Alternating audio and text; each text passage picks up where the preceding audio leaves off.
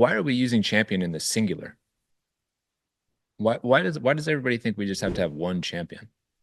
You should be trying to create multiple champions, Yeah. shouldn't you? But I think the One same at a thing, time. but I think the same thing applies though, is if I reach out to one of your peers and say I was talking to Scott and I don't tell you that, there's a Yeah. way to do this in a way that really my point is there's a way that I've seen that really turns people off if you do it the wrong way. I'm telling you You know? from somebody who sat in the C-suite and somebody who's a buyer, I don't particularly care about my internal champion's feelings and emotions. Yeah. I care about solving this particular problem. Yeah.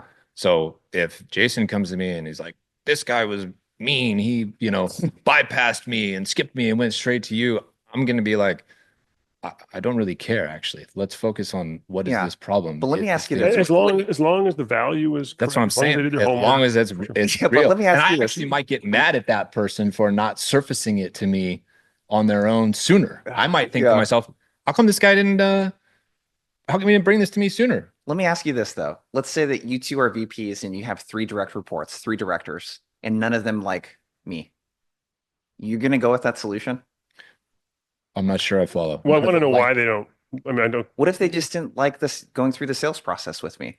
But I surface all of this value to you and I send you a great email that's got like, here's the problem, but they don't like their choice out of the three people they looked at is I'm not on that list. I'm not the top of that list. Are you going to go with that solution?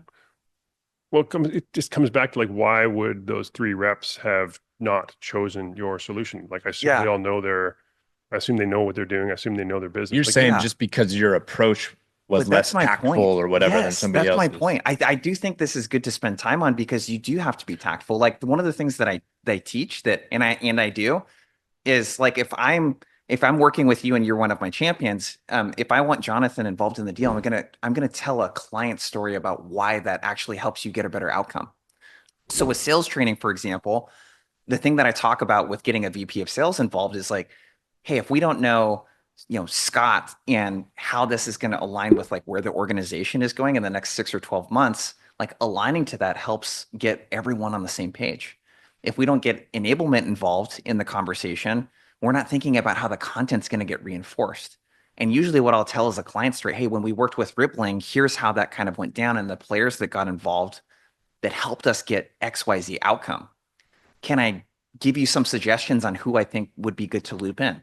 Like coming at it more consultative and having a reason why I want to involve someone more senior or other people. That's the point that I'm making is I think there needs to be a reason why, and you need to be tactful about that. What I don't want people to get the impression of is that you just send emails to the C-suite telling them about the conversations and they're just going to be like, yeah, let's meet. A lot of people do that and it really turns off the people they're working with.